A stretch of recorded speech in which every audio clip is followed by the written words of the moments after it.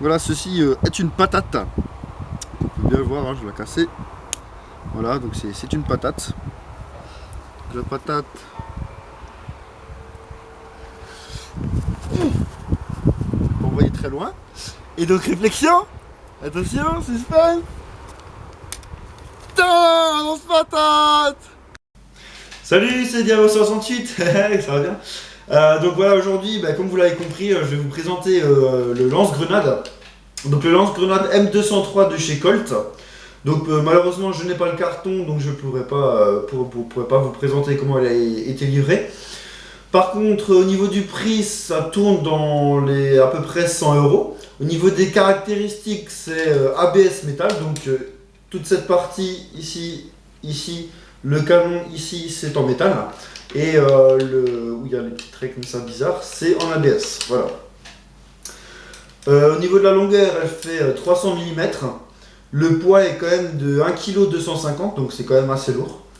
Le lance-patate a été prévu pour type M4, M15, M16, mais ils peuvent être aussi montés sur d'autres. Livré avec une grenade de 18 billes, donc voilà la grenade que vous aurez avec.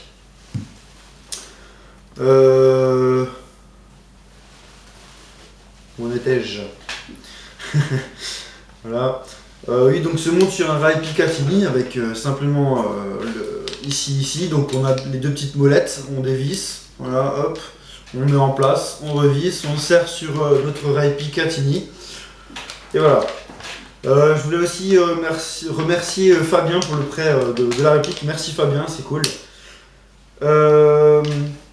Au niveau de la langue, donc ici, donc ça c'est comme sur les PA et tout ça, c'est pour protéger la gâchette. Donc vous allez me dire ouais mais il est cassé ou quoi? Non non, pas du tout. C'est quand vous le mettez en place sur votre M4, au niveau du puits de chargement, de chargeur, ceci vient se clipser et reste comme ça, donc ça va, c'est nickel. Voilà. Au niveau de la sécurité, donc la sécurité c'est juste le petit bouton ici, donc deux types de sécurité. Première sécurité, on appuie, rien ne se passe. Deuxième sécurité, ça bloque et je ne peux pas accéder à la détente avec mon doigt. Voilà. Donc voilà, ça c'est tir et sécurité. Voilà. Au niveau de la détente, donc je vais quand même vous montrer un petit peu ce que ça fait. Donc voilà, la détente est ici. Et vous allez voir que ici le petit teuteux va bouger dès que je vais presser la détente. Voilà. Vous pouvez voir qu'il bouge. Voilà. Et en fait c'est celui-ci directement qui vient percuter le cul de la grenade. Voilà. Mais c'est déjà fait. Ouais, donc on va insérer la grenade. Donc avec l'aide du petit bouton ici, on appuie, on fait coulisser le bas, on prend notre grenade, voilà. On insère comme ceci, boum, on le remet en place.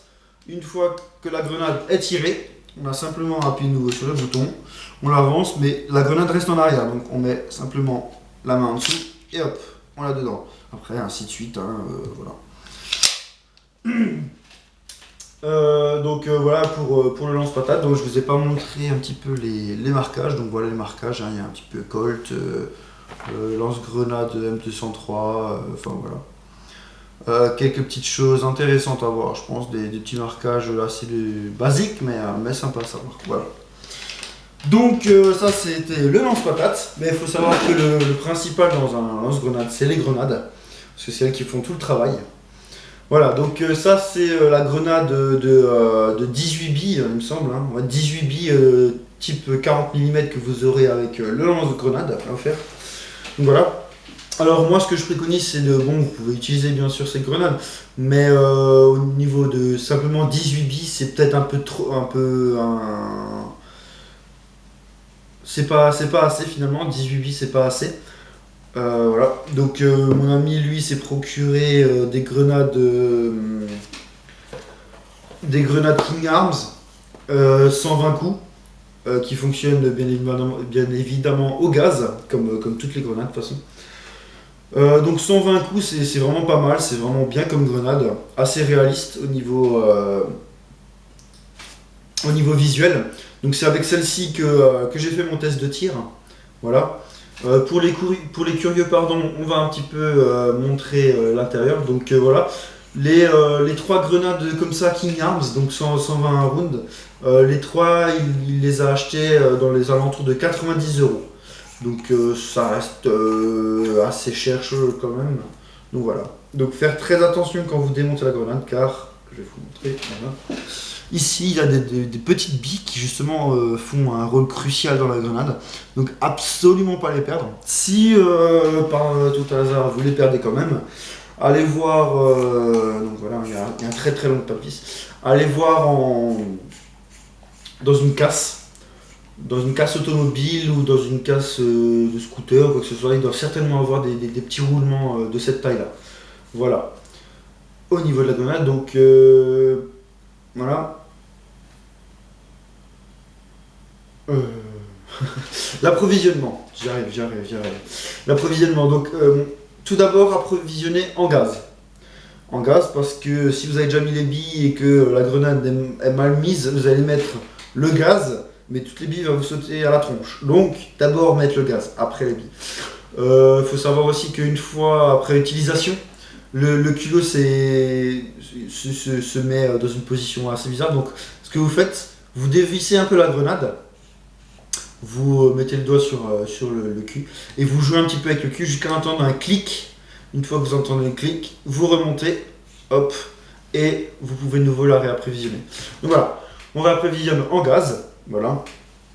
Et ensuite, il faut s'amuser à remplir tous les trous, un par un. Moi j'utilise le BB Loader, ça va beaucoup mieux. Donc on prend le BB Loader bien sûr avec des billes, on se met comme ça en face à peu près des trous et on y va jusqu'à ce que ça bloque. Et on fait chaque trou comme ça, chaque trou. Après faut récupérer les billes qui sont en trop et les remettre dans le sachet. Voilà à peu près comment ça marche. Au niveau des caractéristiques, moi je trouve que c'est pas mal. En forêt, je vois pas trop l'avantage, mais par contre en CQB, bien sûr, je vois ça peut être très intéressant. Bien sûr, c'est quelque chose qui va balayer une zone et qui va absolument pas être précis, de toute façon, ça c'est clair. Au niveau de la portée, par contre, là, c'est un gros handicap. Alors après, est-ce qu'il faut jauger avec le gaz, plus de gaz, moins de billes, ça je sais pas trop parce que bon, je l'ai utilisé juste quelques fois en partie. Mais au niveau de la portée, c'est pas énorme, donc à peu près une quinzaine de pas, une vingtaine de pas, pas plus. Voilà. Donc à tout de suite pour le test de tir, merci. Donc voilà le test du tir du petit lance-patate que d'ailleurs Fabien m'a prêté, donc merci Fab. Donc on a 5 jolis bonhommes juste ici, donc qui font un peu les cons. Donc ils sont un peu éparpillés, donc on va voir ce que la grenade arrive à toucher. Attention! Attention! Bougez pas! Maintenant c'est toi qui vas te manger. C'est les grenades. Voilà. J'en prends une deuxième. Bougez pas. Donc là la grenade pleine. Voilà. On enfile. Hop. On enfile. On ferme correctement, ça clipse et on a juste à appuyer sur la détente. Attention. Mettez-vous en ligne. En ligne. Non, sérieux là. S'il vous plaît, mettez-vous en ligne. Et celui qui a été touché, il lève la main après. Donc bien évidemment, on n'oublie pas les lunettes lors du tir. Attention. Ok, donc j'ai eu les 5, donc on peut voir ça à une quinzaine de pas. Ça a vraiment un bon champ d'action. Voilà, je vous remercie.